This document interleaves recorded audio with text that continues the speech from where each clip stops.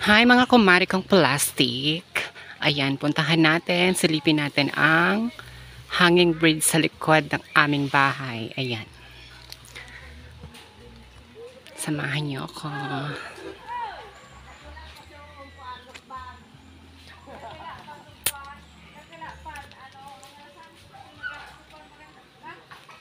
Ayan si Mudra, nangunguha siya ng gagawing walis ting-ting. Galing doon sa puno ng nyog.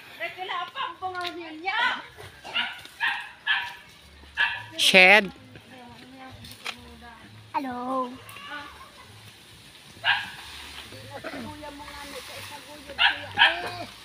Tabangin na si Mama, Shed. Angala na, tapos agad mong ugas. Ito na siya. Ang hanging bridge sa likod ng aming bahay. Yan, diba? Fresh na fresh ang hangin sa tanghaling tapat. Punta tayo hanggang dun sa dulo. Medyo mahaba din po siya. Siguro mga 100 meters. Hindi naman. Ayan. Sa ilalim niya, yan ang sapa. At dahil tag-init, dahil summer, wala na siyang tubig. Pero tingnan nyo naman guys. Ang daming puno. Ayan.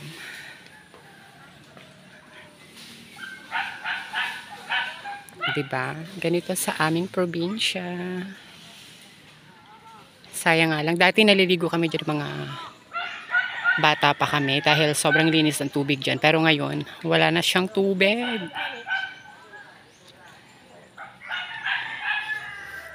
Ayan.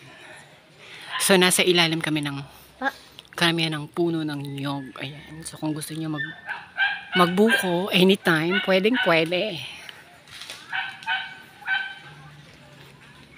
Ayan.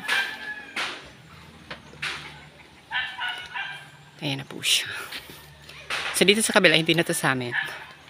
Ayan. Marami na rin bahay dyan. Ayan. Tingnan niyo yung mga puno ng nyog.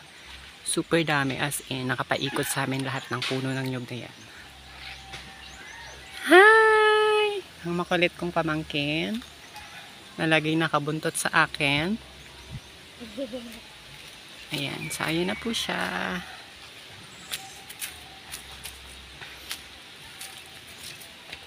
Diba? So ito yung namimiss ko dito sa probinsya talaga, and hindi ko to ipagpapalit. Ayan. Kagaya mo si Tita Gawin.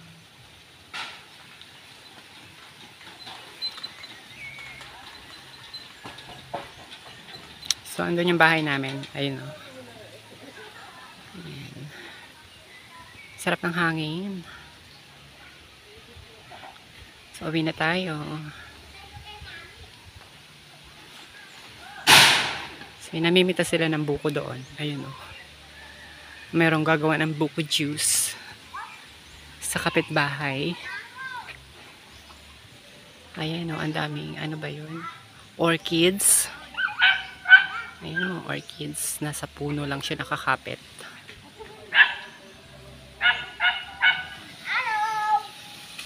Ayan ang mga pamangkin ko. Ayan o, may dala si mamang buko.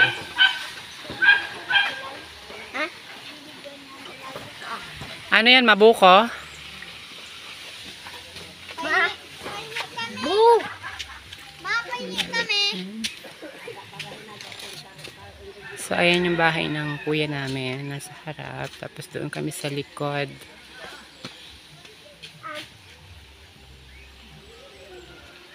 Ayun naman sa pamangkin ko.